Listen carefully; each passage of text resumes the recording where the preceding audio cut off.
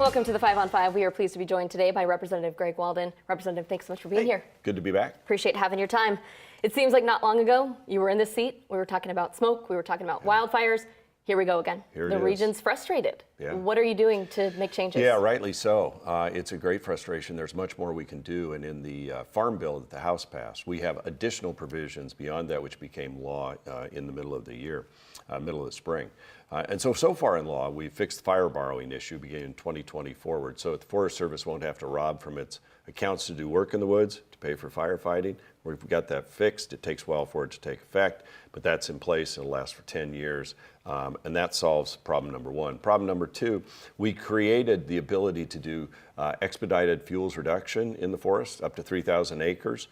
Most of that in the bill we passed in March and April applies more to the southeast and eastern side of the state. In the Farm Bill that's currently being negotiated with the Senate, we have a similar provision up to 6,000 acres that would apply to all these forests. And there's a provision in there that would allow us to cut the burn dead trees after the fires and get in and replant 75% of what burned. So we have a green, healthy forest for the next generation. We need the help of the Senate to support the House-passed Farm Bill. They're meeting right now, the negotiators are. I sent them a letter saying, please support the House provisions. We're tired of this kind of fire every summer, this kind of smoke that's so unhealthy. There's more work to be done. We're on it. Say that passes. How soon are we going to see change? Well, it's going to take a while. You can get the change in law. You've then got to get the Forest Service, the BLM, to get it to the ground and use it. I've met with the Secretary of Agriculture was out. I've met with the acting Forest Service chief. There have been authorities on the books that Region 6, our region, has not taken advantage of so far. So they've now are forcing these regions to come up with plans to use these expedited authorities that are there. Second, this has been a problem building for 100 years. It's certainly been a problem over the last 30 years where we reduced harvests and stopped doing active management in the forest and then have these fires. Forests aren't static. They continue to grow and die. That produces more fuel. We have areas in forests on the dry side where you've got 1,000 trees where naturally there should be 24. So this is completely out of balance, and it's going to take a while to dig our way out of it. We've got to get started on it. I want the Forest Service, the BLM, to have these new tools so they can manage our federal public lands like the state of Oregon manages its forests, like counties manage their forests, like private forest owners manage their trees. We've got much more to talk about, Congressman. We're going to take a quick break. We'll be right back. Thank you. Welcome back. We are pleased to be joined once again by Representative Greg Walden. Congressman, thanks so much for being here with us today. You have been talking a lot about the opioid crisis. Several bills got put forward, dozens of bills passed overwhelmingly in the House back in June. Any progress on those bills in Washington? We actually had 57 pieces of legislation, almost all of them bipartisan. In the end, almost all of them unanimously approved by Congress to deal with the epidemic of opioids. It's killing people. We need help on addiction. We need help on better practices on prescribing. We need to keep the illegal fentanyls, the synthetic opioids, out of the country. So it's a whole group of issues we're addressing. That package got rolled up into H.R. 6, my legislation, which is now over in the Senate.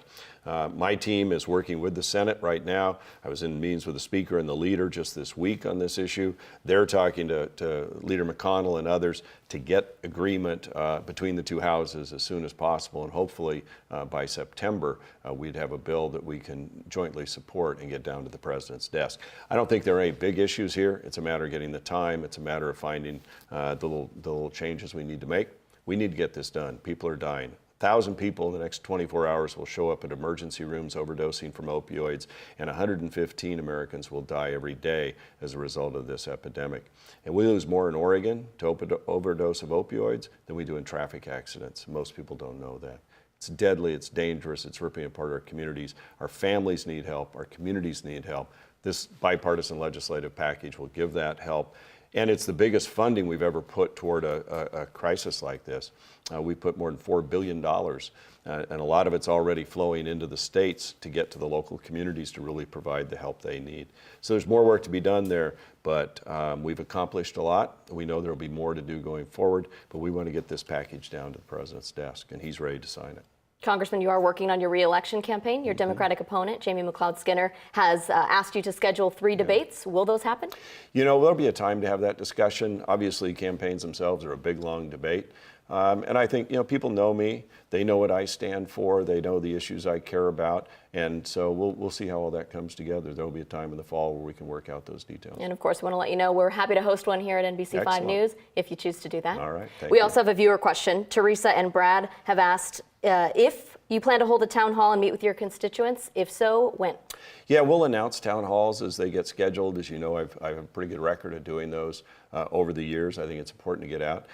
Things have changed a little bit in the dynamic of town halls, and sometimes they become kind of opposition political rallies, and certainly we want to be productive. I'm out in the district a lot. I've done 147 town halls over the last 5 years, and there'll be more to do.